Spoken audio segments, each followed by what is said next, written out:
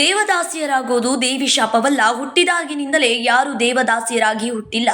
ಆ ಅನಿಷ್ಟ ಪದ್ಧತಿ ಕೆಲವರು ನಮ್ಮ ಹಿರಿಯರಿಂದ, ಸಮಾಜದಿಂದ ಕೆಳಮಟ್ಟದವರನ್ನ ದೂರಲ್ಪಟ್ಟಿದ್ದರಿಂದ ದೇವದಾಸಿಗಳಾಗಿದ್ದಾರೆಂದು ಗೋಕಾಕ್ ತಾಲೂಕು ಪತ್ರಕರ್ತ ಸಂಘದ ಅಧ್ಯಕ್ಷ ಮನೋಹರ್ ಮೇಗೇರಿ ಇವರು ಅಮ್ಮ ಫೌಂಡೇಶನ್ ಮತ್ತು ಚಿಲ್ಡ್ರನ್ ಆಫ್ ಇಂಡಿಯಾ ಫೌಂಡೇಶನ್ನ ಇವುಗಳ ಸಂಯುಕ್ತಾಶ್ರಯದಲ್ಲಿ ನಗರದ ಖಾಸಗಿ ಹೋಟೆಲ್ನಲ್ಲಿ ಹಮ್ಮಿಕೊಂಡಿದ್ದ ದೇವದಾಸಿ ಮಹಿಳೆಯರು ಮತ್ತು ಮಕ್ಕಳ ಸಮಸ್ಯೆಗಳಿಗೆ ಸರ್ಕಾರದಿಂದ ಪರಿಹಾರಕ್ಕಾಗಿ ಮಾಧ್ಯಮದವರೊಂದಿಗೆ ಸಂವಾದ ಕಾರ್ಯಕ್ರಮದಲ್ಲಿ ಮಾತನಾಡಿದರು.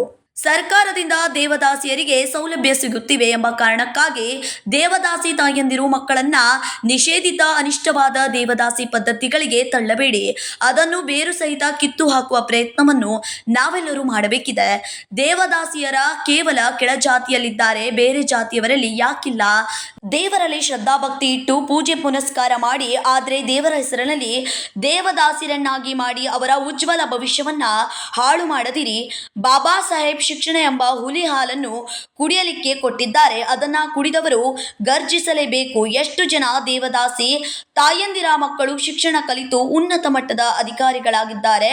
ತಾವು ಕೂಡ ಅಧಿಕಾರಿಗಳಾಗಬೇಕೆಂದರು. ನಾರಿ ಶಕ್ತಿ ಪ್ರಶಸ್ತಿ ಪುರಸ್ಕೃತೆ ಶ್ರೀಮತಿ ಶೋಭಾ ಗಸ್ತಿ ಮಾತನಾಡಿ, ದೇವದಾಸಿಯರ ಮಕ್ಕಳಿಗೆ ವಸತಿ ಶಾಲೆಗಳಲ್ಲಿ ಉಚಿತ ಶಿಕ್ಷಣ ಒದಗಿಸಬೇಕು.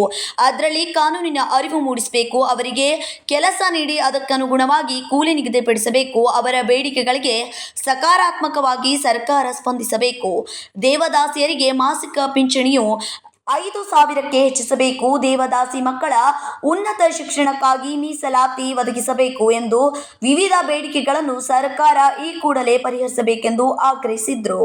ಸಮಾಜದ ಎಲ್ಲ ವರ್ಗ ಸಮುದಾಯಗಳಿಗೆ ಮೀಸಲಾತಿ ಇದ್ದಂತೆ ದೇವದಾಸಿ ಮಕ್ಕಳಿಗೆ ಮೀಸಲಾತಿ ಒದಗಿಸಿದರೆ ನಾವು ಮುಖ್ಯವಾಹಿನಿಯಲ್ಲಿ ಬರಲು ಸಾಧ್ಯ ಎಂದು ಹೇಳಿದ್ರು.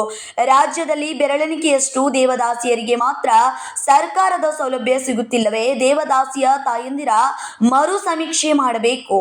ಶಿಕ್ಷಣ, ವೃತ್ತಿ, ತರಬೇತಿ, ಪರೀಕ್ಷೆಗಳು ಹಾಗೂ ವೃತ್ತಿ ಮತ್ತಿತರ ಎಲ್ಲ ರೀತಿಯ ಸರ್ಕಾರ ಹಾಗೂ ಸರ್ಕಾರೇತರ ಅರ್ಜಿ ನಮೂನೆಗಳು, ಪ್ರಮಾಣ ಪತ್ರಗಳು ಮತ್ತಿತರ ಆನ್ಲೈನ್ ಮತ್ತು ಆಫ್ಲೈನ್ ದಾಖಲೆಗಳಲ್ಲಿ ತಂದೆಯ ಹೆಸರು ಬರೆಯುವುದು ಐಚ್ಛಿಕವಾಗಲೇಬೇಕು. ತಾಯಿಯೊಬ್ಬರದ ಹೆಸರನ್ನ ನಮೂದಿಸುವುದು ಅಧಿಕೃತವಾಗಿ ಸ್ವಾಗತಾರ್ಹವಾಗಲಿ. ಇದರಿಂದ ತಂದೆಯ ಹೆಸರು ಗೊತ್ತಿಲ್ಲದೆ, ತಿಳಿಯದೇ ಇಲ್ಲದ ನಿಷೇಧಿತ ದೇವದಾಸಿ ಪದ್ಧತಿಗೆ ಸಿಲುಕಿರುವ ತಾಯಂದಿರ ಮಕ್ಕಳು ವ್ಯಂಗ್ಯ, ಹಾಸ್ಯ, ಮೋಸ ಸೌಲಭ್ಯಗಳಿಂದ ವಂಚಿತಗೊಳಗಾಗುತ್ತಿರುವುದನ್ನು ತಪ್ಪಿಸಲು ಸಾಧ್ಯವಾಗುತ್ತದೆ ಎಂದು ಹೇಳಿದ್ರು. ಕಾರ್ಯಾಚರಣೆಗೆ ಮುಂದಿಟ್ಟು ಅದು ಮೀಟರ್ಲಿ ಆಗಿರತಕ್ಕಂತ ದೇವದಾಸಿ ಮಹಿಳೆಯರು ಇವತ್ತಿಗೆ ಯಾಕೆ ಮರು ಸಮೀಕ್ಷೆಯನ್ನ ಕೇಳ್ತಿದೀವಿ ಅಂದ್ರೆ ಸರ್, ಇವತ್ತು ಅವರು ಕೂಡ ಮಾಜಿ ದೇವದಾಸಿ ಮಹಿಳೆಯರೇ. ಹಾಗಂತ ಅವ್ರನ್ನೇನಾದ್ರೂ ಹೊಳಿಬಾವಿ ಚೆಲ್ಲಕ್ ಆಯ್ತದ? ಇಲ್ಲ. ಏನಂದ್ರೆ ಈ ಹಿಂದೆ ಆಗಿರ್ತಕ್ಕಂತ ದೇವದಾಸಿ ಮಹಿಳೆಯರ ಒಟ್ಟಿಗೆ ಅವ್ರಿಗೂ ಕೂಡ ಫೆಸಿಲಿಟಿ ಸಿಗಬೇಕು. ಯಾಕಂದ್ರೆ ಇವತ್ತು ಸರ್ಕಾರ ಒಂದು ಏಜ್ ಅನ್ನ ಕನ್ಸರ್ನ್ ಮಾಡಿದೆ ಸರ್. ಯಾರು ಹೊಸದಾಗಿ ದೇವದಾಸಿ ಮಹಿಳೆಯರನ್ನ ನೀವು ಸಮೀಕ್ಷೆ ಪಟ್ಟಿಗೆ ತಗೋರಿ ಸರ್ಕಾರದ ಸೌಲಭ್ಯಗಳಿಗೋಸ್ಕರ ಅಂತಲ್ಲ, ಇರೋ ಅಂತ ಯಾರು ನೀವು 95 ದೇವದಾಸಿ ಮಹಿಳೆಯರು ಬಂದ್ರು. ಆಮೇಲೆ ಸರ್ಕಾರ 2007-8ರಲ್ಲಿ ಸಮೀಕ್ಷೆ ನಡೆಸಿತು. ಅದರಲ್ಲಿ ಕೂಡ ಜನ ಹಿಂದೆ ಉಳ್ಕೊಂಡಿದ್ದಾರೆ. ಯಾಕಂದ್ರೆ ನಮ್ಮನ್ನು ಹೋದ ಮದುವೆ ಮಾಡಿಬಿಡ್ತಾರೋ ಅಥವಾ ನಮ್ಗೆ ಯಾರಿಗೂ.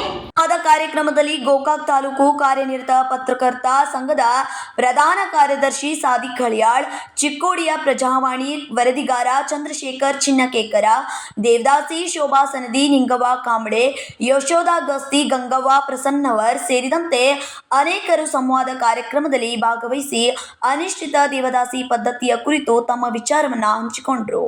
ಈ ಕಾರ್ಯಕ್ರಮದಲ್ಲಿ ಮೂಡಲ್ಗಿ ತಾಲೂಕು ಕಾರ್ಯನಿರತ ಪತ್ರಕರ್ತ ಸಂಘದ ಅಧ್ಯಕ್ಷ ಕೃಷ್ಣ ಗಿರೆನ್ನವರ, ಮಂಜುಳಾ ಮಾದರ್ ಸೇರಿದಂತೆ ಇನ್ನುಳಿದವರು ಉಪಸ್ಥಿತರಿದ್ದರು.